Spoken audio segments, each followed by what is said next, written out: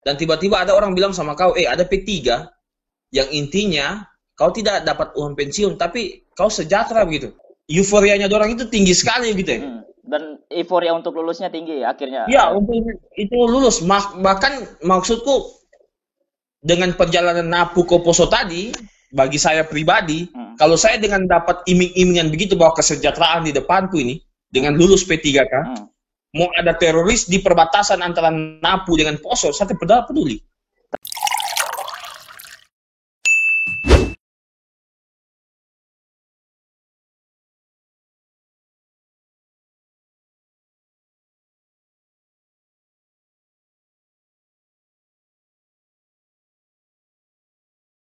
Itu ada guru dari Napu, guru honorer yang dibayar 450.000 per bulan di pengalaman belajarnya, kemudian dia ke Poso untuk mengikuti ujian dan tidak lulus. Nah, dalam proses perjalanannya itu kan kita tahu bahwa jalur Poso Napu itu bisa dikatakan sedang keberat bahkan ya jalurnya, apalagi dengan musim hujan seperti sekarang gitu. Dan naasnya lagi dia tidak lulus karena kau mengkritisi di poin ujung itu soal apa? Standar nilai passing grade. Ya, soal passing grade-nya yang tidak sampai. Nah, di antara masalah kompleks itu tadi sebenarnya Ikra sampai kotek kementerian tadi itu, Nadiem Makarim, apa sebenarnya yang ingin kau sampaikan gitu? Begini, sebelum lanjut saya cuma mau ingin bilang begini, supaya tidak ada bahwa saya dikira nanti karena saya tidak lulus gitu.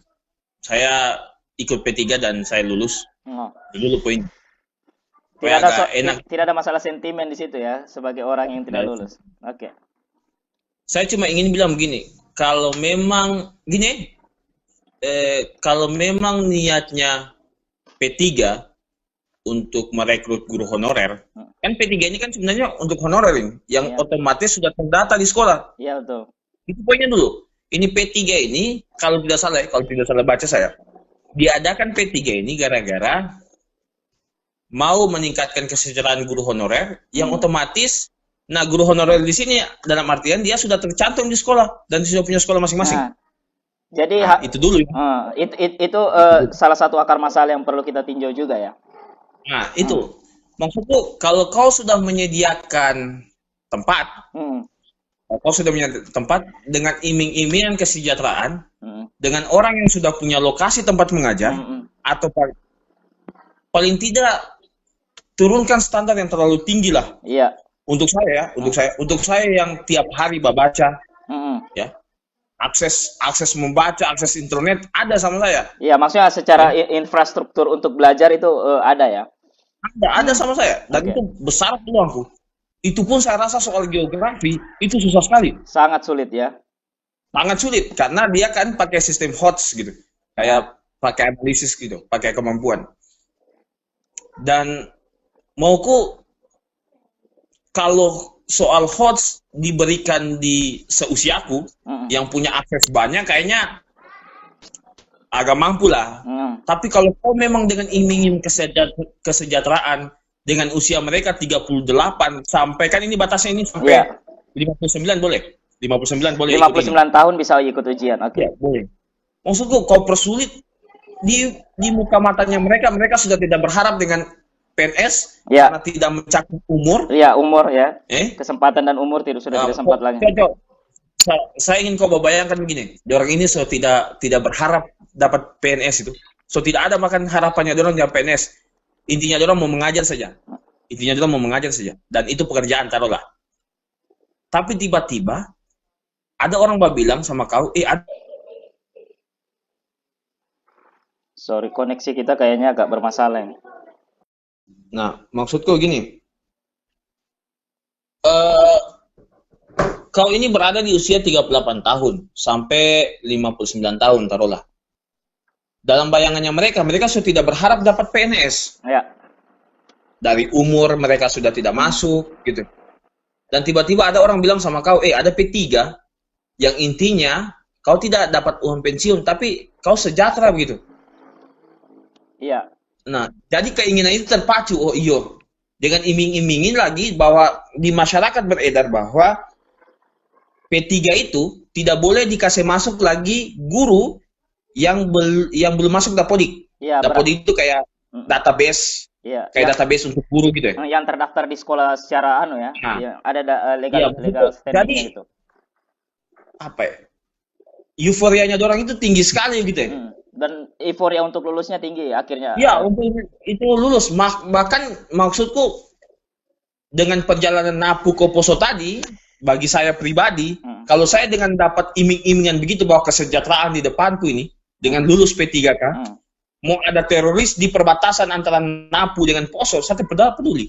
Tetap lewat karena ada iming-iming itu ya. Iya, dengan kesejahteraan sama. Dengan gaji per bulan 450.000, tiba-tiba taruhlah dia di angka 1,5 juta, itu sudah lumayan. Taruhlah gaji standarnya begitu. Tapi yang saya dengarkan bisa lebih dari 2 atau 3 juta ke atas gitu. Berarti poin ini kira yang pertama secara teknis dia teknis ujiannya dan standar yang diberikan itu terlalu tinggi. Iya, terlalu tinggi. Menurutku itu terlalu tinggi sekali. Terlalu tinggi. Bahkan untuk saya yang sering baca. Iya, bahkan dengan teman-teman yang punya, kita tidak berdasar kepada kemampuan dasar manusia, tapi maksudnya yang punya akses terhadap segala bentuk media pembelajaran, apalagi sekarang era media dan informasi kan.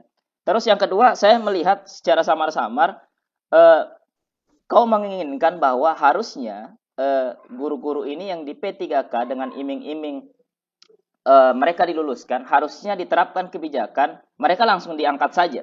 Apakah seperti itu harapanmu sebenarnya? Langsung diangkat saja gitu dengan, maksudnya langsung diberikan mereka saja akses gaji yang sesuai ditetapkan dengan orang yang lulus P3K begitu, tidak perlu ujian lagi.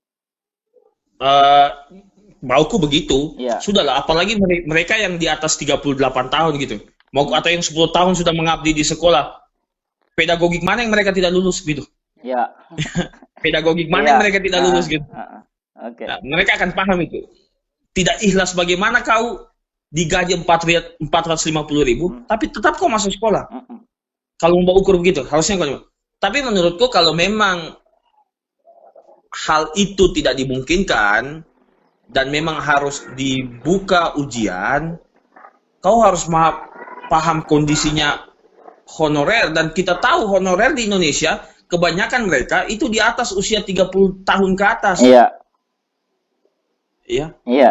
Itu masalahnya. Mauku tidak apa-apa ada ujian, tapi tolong dikasih turun dan kau paham nilai intelektualnya rata-rata orang Indonesia seberapa sih? Iya, apalagi mau diukur dengan tipe-tipe soal yang secara teknis tadi kau bahas itu.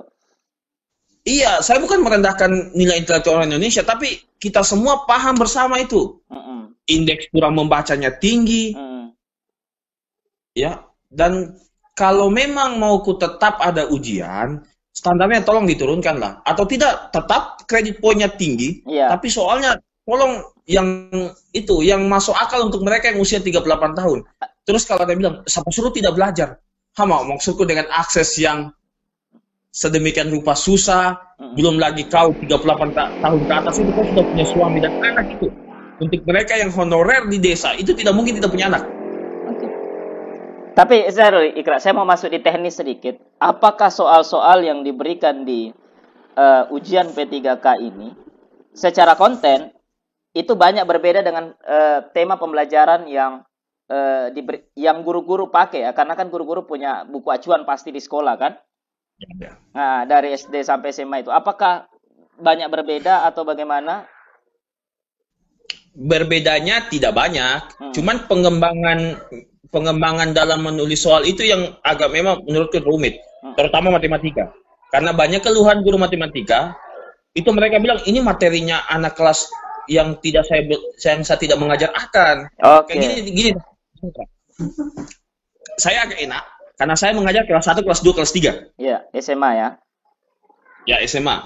Otomatis apapun materi SMA sama saya, itu secara tidak langsung saya akan bahas tiap minggu. Iya, betul. Secara tidak langsung kita belajar juga dong di proses mengajar itu. Oke. Ya, betul. Tapi bagaimana yang mengajar hanya kelas 1 dan itu tiba-tiba soalnya kelas 2, kelas 3? Ya, betul sekali. Nah, itu tidak terwadahi juga itu ya. Soal kasus-kasus guru yang seperti itu. Ya, itulah maksudku. Apa ya? Saya yakin mereka pasti belajar. Saya yakin pasti mereka belajar. Karena tadi yang saya tanyai beberapa guru itu bilang mereka belajar, bahkan buku-buku SMA mereka kembali baca. Tapi saya kembali ke akses gini. Soalnya itu soal yang ada apa ya? Yang relevan dengan keadaan sekarang, tetapi mereka tidak dapat akses itu. Nah, saya tiap hari dapat akses itu. Gitu ya. Untuk saya yang masih muda, terus pengetahuan wawasanku, saya tidak angkat diriku sendiri, tapi saya kan sering membaca, otomatis apa yang saya dapat itu pasti saya simpan dan ingat dengan baik. Ada itu tidak? Pasti saya gali. Ada tidak kasus, maksudnya bisa kau gambarkan barangkali dari satu atau atau beberapa soal yang menurutmu tidak relevan begitu dengan kasus-kasus guru yang mereka hadapi di sekolah tiap hari gitu. Apalagi yang jauh dari akses internet gitu. Iya, saya paham maksudnya. Kayak gini. Kau belajar pedagogi terakhir kapan? Kau kan sarjana. Kau belajar pedagogi kapan terakhir? Saya temukan itu, diksi itu kan jadi diksi yang cukup sering istilahnya diucapkan di sekolah gitu. Bukan di sekolah, di kampus dengan padanannya andragogi gitu. Tapi saya ingat kalau dapat itu kayaknya di mata kuliah belajar dan pembelajaran kayaknya punya mata kuliah itu. Ingat, saya belajar pedagogi selama 1 bulan belakangan. Saya belajar ulang pedagogi. Semua hal. Kau baca tentang metode pembelajaran semua. Tetap pas dapat soal kayak bagaimana? Harus menyebutkan nama, metode pembelajaran ini kalau tidak dipakai di sini harus begini. Maksudku, kalau saya yang salah jawab itu wajar. Maksudku, saya wajari kalau saya salah jawab karena saya baru 3 tahun mengajar, belum pengetahuanku sedikit.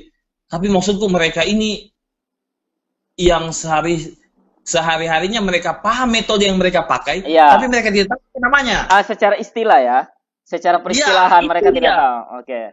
Itu mauku coba. Maksudku mereka rata-rata menurutku guru di atas 38 tahun mereka sudah tidak peduli apa itu pedagogik. Tapi mereka secara penerapan mereka mampu menyesuaikan dengan keadaan. Maksudnya secara maksud atau nilai pedagogi itu mereka terapkan, tapi secara pengetahuan peristilahan gitu.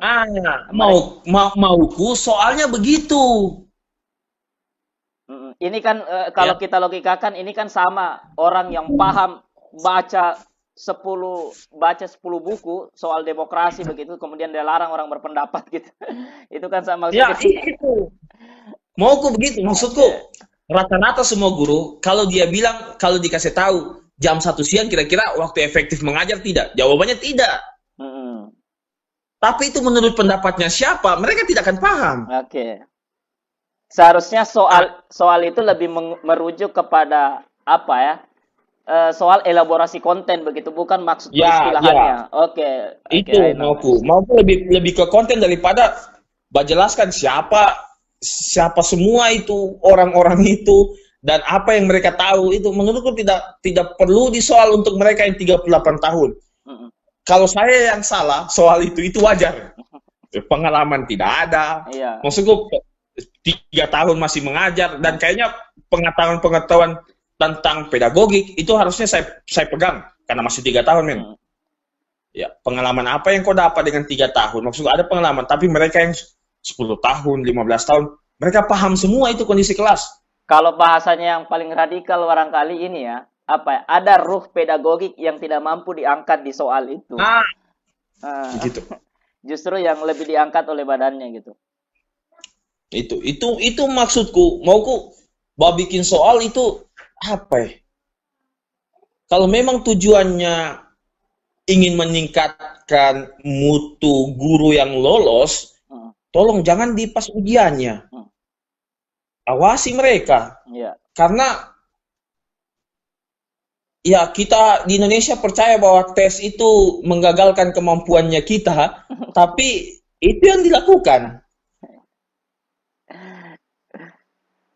Kita sama satu Indonesia ini pasti akan bilang bahwa ujian itu hanya mengukur saja seberapa kau paham tentang materi, tapi tidak akan menggambarkan tentang kualitasmu. Tapi itu kita pakai. Iya, oke, betul. Karena kan salah satu, saya baca artikel ini ya soal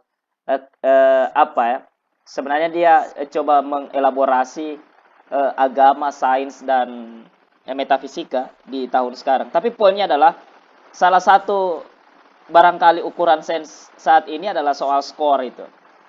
Iya, saya harapannya begini.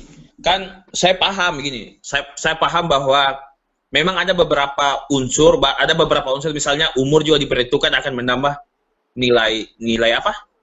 Nilai skornya mereka. Iya, saya paham itu. Saya paham juga durasi mengajar. Iya, saya paham juga ada sertifikasi yang akan menambah poinnya mereka. Saya paham juga kedua ada penempatan poin mereka. Saya paham bahwa ini ada 3 kali tes. Jadi apa yang saya bilang ini bukan berarti saya tidak tahu, gitu ya. Saya paham. Cuman maksudku berarti kalau memang niatmu untuk mengedukasi mereka atau mengangkat kesejahteraan mereka, ya tes ini sebenarnya buat apa begitu? Ujung-ujungnya mereka tidak lolos juga dan tidak sejahtera juga. Oke, sebagai poin terakhir ini, Kra, karena cuaca di sini sedang hujan lebat dan itu akan berkonsekuensi terhadap suara pembicaraan kita. Poin terakhir barangkali menurut yang pertama yang ingin saya dapat dari kau adalah kira-kira apa harapan ke depan soal mengenai kasus P3K ini. Terus yang kedua, ada satu poin lagi. Apa implikasi buruk yang akan dia tawarkan kalau yang akan dihadirkan ya jika kebijakan ini terus terus diterapkan gitu. Nah, ini seharusnya ketakutan ini poin kedua ya yang saya ingin bilang seharusnya segera dijawab itu oleh pemerintah ataupun badan manapun. Tapi saya ingin jawab dari pertama. Harapan saya passing grade-nya diturunkan lah untuk beberapa mata pelajaran yang kredit poinnya atau passing grade-nya yang terlalu tinggi. Maksudku mauku coba dievaluasi sudah berapa nilai passing grade yang ada. Ya. Dari rata-rata guru ini sudah berapa sih yang bisa mereka penuhi gitu. Kalau memang dianggap memang terlalu tinggi passing grade-nya atau terlalu sulit soalnya, diturunkan. Karena banyak sekali fakta yang saya dapat. Ada yang dari NAPU harus bapinya motor bulan depan diganti dia punya motor dan itu gajinya hanya 450. Ada juga studi kasus yang dari BADA itu dia berapa kali dia tahan mobil untuk sampai di Poso dan hanya menginap di rumah saudara. Ada banyak pokoknya studi kasus dan kalau kau cerita sama mereka saya ini cuman sengaja memalingkan muka supaya perih dengar ceritanya dulu. Sedangkan guru gurjab saja yang kita temui di kampus lalu, ya itu kan sudah apa sebenarnya mengorek-ngorek batin sebenarnya gitu. Bagaimana? Iya, apalagi kayaknya ini lebih getir lagi nih secara kasuistik gitu. Iya, mauku kalau memang niat awalnya untuk mensejahterakan guru dengan iming-imingin P3K, kasih turunlah sedikit supaya banyak yang lolos gitu. Atau bahkan berikan langsung mereka akses. Iya, atau berikan memang akses. Maksudku apa ya? Ini buku kamu baca, maksudku bah fotokopi ini 450 gajimu itu bah fotokopi banyaknya materi dan apa yang harus kau pelajari. Belum tentu yang kau pelajari kau hafal, belum tentu yang kau hafal itu muncul. Atau langsung diangkat Ikra, maksud saya. Kira-kira menurutmu? Langsung diangkat. Ya, diangkat saja karena kan menurutku kalau saya yang masih muda yang masih 3 tahun atau 5 tahun diuji, menurutku itu masuk akal. Ya, oke. Ya, itu masuk akal, tapi mereka yang sudah 10 tahun lebih itu angkat saja kasihan. Oke, ya anggaplah kenapa? Ini Kira, apa poin kemungkinan buruknya gitu yang belum saya dapat poinnya. Kemungkinan terburuk kalau dampak buruk ya kalau kebijakan ini terus diterapkan apa kira-kira? Apakah ada efek domino? Itu bola panas yang sekarang terjadi. Efek dominonya gini. Taruhlah saya yang tidak lulus ya. Iya. Tiba-tiba gini, yang tes kedua itu yang tidak ada posisinya di sekolah ini, di sekolahku misalnya, tapi dia ambil posisinya orang di sekolah lain. Ya. Bayangkan kalau posisinya itu orang lain dia ambil alih, apakah itu guru non-job? Oh, itu salah satu ya. Itu kekhawatiran, mauku itu juga dijawab. Mauku ini semua guru yang tidak lolos di tahap pertama ini, ya. Itu semua khawatir sekali, jangan-jangan nanti saya diganti sama yang lain, bagaimana posisiku. Iya, betul ya. Soal moralitas mengajar juga di situ ya. Soal kedua adalah tetap pada iming-iming kesejahteraan. Bagaimana saya tidak lolos P3? Iya. Berarti saya tetap gaji di 450.000. Maksudku kalau kamu bilang sejahtera, ya sejahterakan saja. Tak usah pakai embel-embel. Gitu. Mau kalaupun dia pakai embel-embel, maksudku yang masuk akal lah.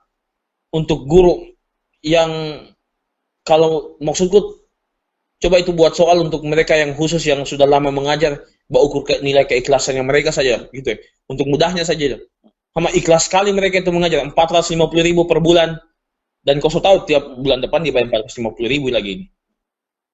Pasti kau akan ikhlas. Iya. Mengajar itu.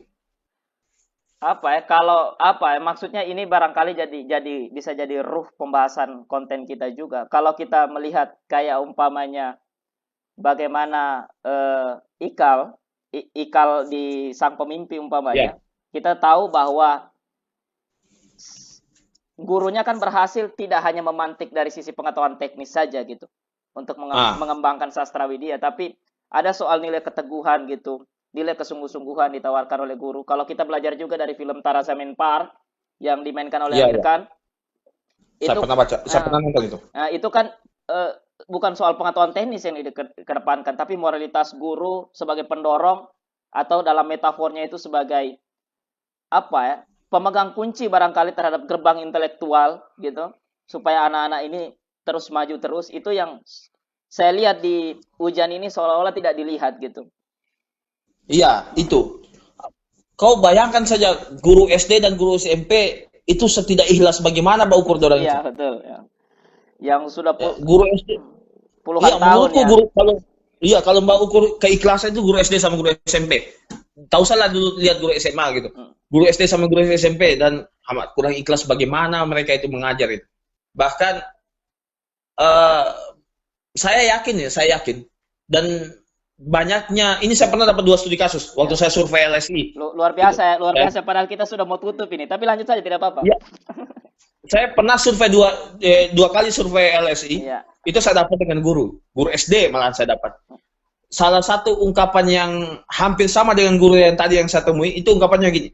Saya kadang-kadang bakal saya tinggal materi pembelajaran saya. Yang penting mereka akhlaknya terdorong lah. Karena mereka tidak pakai juga untuk memancing dan berkebun materi yang saya akan ajar, tapi minimal mereka punya akhlak lah. Dan itu kayaknya semua rata-rata guru SD dan guru SMP di pedesaan itu tujuan mulianya mereka. Nah, kita juga tahu kasus itu Ikra juga berlaku di kampus, bahwa yang dipantik itu harusnya pembelajaran di luar kelas supaya semangat mencintai ilmu pengetahuan itu ada gitu. Ya. Dan kalau saya tutup saya karena agak panjang kalau kita lanjutkan. Saya tutup cuma 2 begini.